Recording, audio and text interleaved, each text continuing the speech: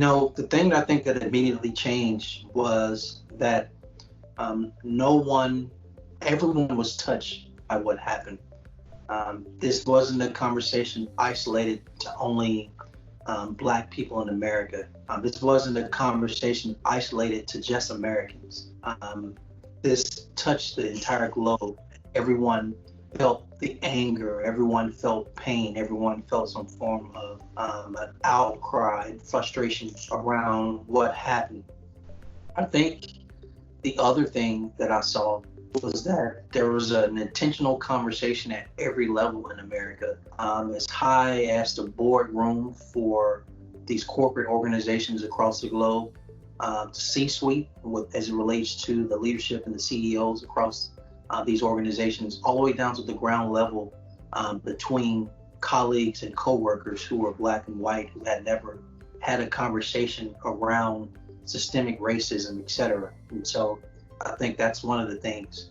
I think what should change is actual action towards how do we pivot from systemic racism. You know, when you think about and talk about systemic racism, it is not isolated to just policing. It is rooted in the ability for banking, accessing credit, the ability to buy a home, education, and I can go on and on. And so those are the things I am hoping will change from all the conversations and the outcry that's being had.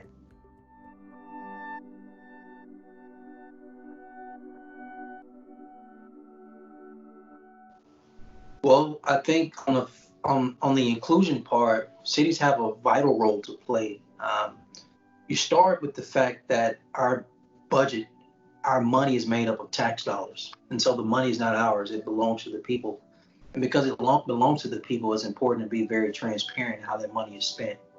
But in including with being transparent, the inclusion part means there's an opportunity to support minority-owned. If there's an opportunity to support women-owned businesses, then a city should be very intentional about that and share that information. In addition to that, I think the city's role on the inclusion end is to be very intentional about engaging the corporate citizenship in that community, whatever city that is, and making sure other organizations in the private sector promote through a program how they engage minority and women on as well.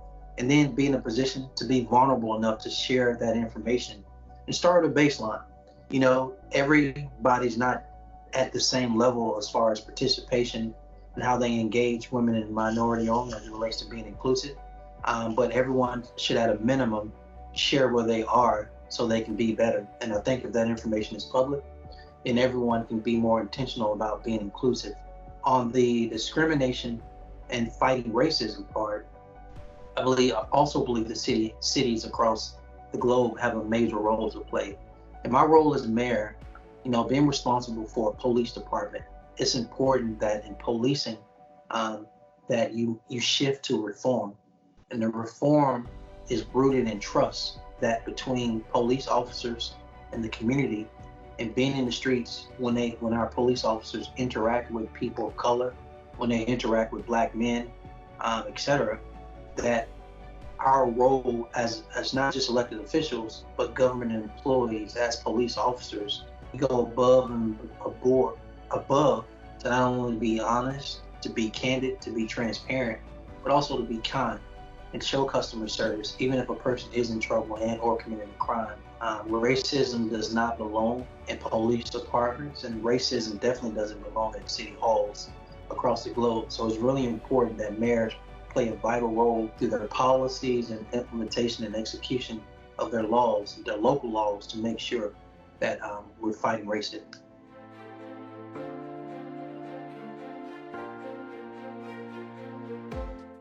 Well, I think the best thing is, some people may call it stealing, but I call it not reinventing the wheel. I believe the connection between UNESCO and cities is to promote the good that's going on. For all the bad that's going on around racism in America and the globe, for all the bad that's going around for not being intentional, inclusive, and making things more diverse. There's so many things good going on. And I believe when you have an organization like UNESCO and the cities partner and you form a partnership, then what we should be doing is promoting and highlighting the good and the positive and the stories, their actual results actually produce, where we're fighting, where you've shown results against racism. We've shown results on how to be more inclusive. And if I believe if other cities see what you all are promoting, then they can actually, incorporate that best practice into their city. They can incorporate that best practice into their community. And so this partnership should look more like, how do you take what's going on good as far as fighting against these things and yielding results, and then make sure others to steal that idea or incorporate that idea into their community.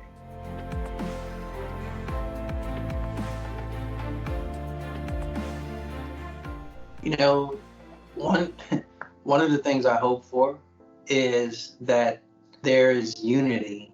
I think what the coronavirus and the COVID-19 has exposed is, particularly in America, is that people have their various views and they're hardening their opinion about how they feel and what we should be doing to solve and address stopping the spread of the coronavirus. I'm hoping post this world that people shift away from this notion of I and me to they shift to a we, us, our approach in how we govern and how we solve big problems.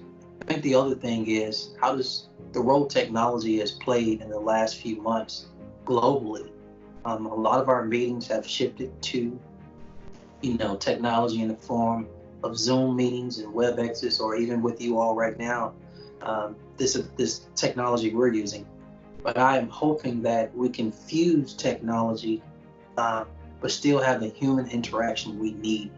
I don't know if we can be successful as human beings with no contact from each other. So I'm hoping post this world, we find a way to interact where people can be safe, but go back to actually having meetings in person. And the last thing I would say is just access. The coronavirus and the COVID-19 has shown the gap in access to certain things, particularly as it relates to poor people having access to education. A lot of families have internet in their homes. They have devices that allow them to stay connected. But we also know too many families don't have that same access. They don't have the devices or the internet to stay connected. So I'm hoping post this world, we find a way to spread the love and make sure all homes have the ability to be connected and have access to the internet and or devices to make sure if something like this ever happens again, which we all know global pandemics hit Earth at a certain point, that everyone can stay connected.